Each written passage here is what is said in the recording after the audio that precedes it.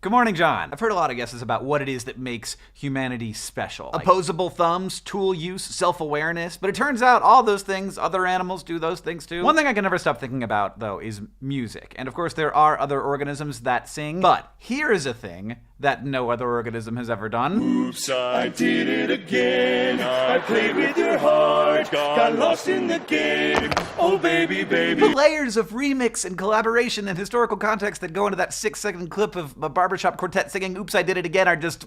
All of the tools that we use to understand and manipulate the world are built brick by individual humans. And a lot of times we can't see those bricks. But with music, oftentimes we can. Several times in my life I've been listening to some old, interesting song that I'd never heard before, and then suddenly I realize I have heard it before.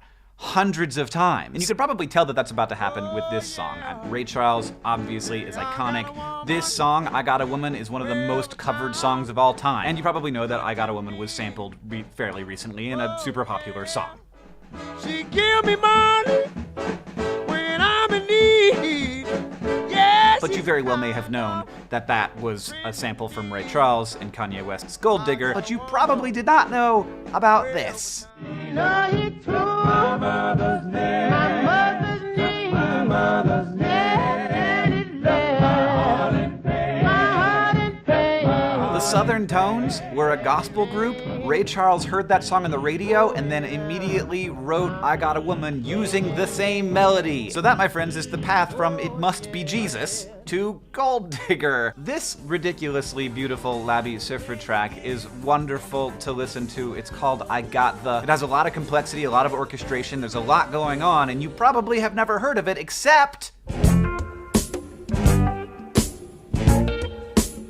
Slim Shady. I want to know the story of how this track happened so bad. Eminem, if you would like to email me, I'm very curious. Speaking of super weird, this Timmy Thomas track, Why Can't We Live Together, is like a weird mix of organ and percussion, and it probably sounds pretty familiar to you right now, and you may have figured it out already. But if you haven't, allow me to speed it up a little bit, add some reverb, and take the high end off, and suddenly...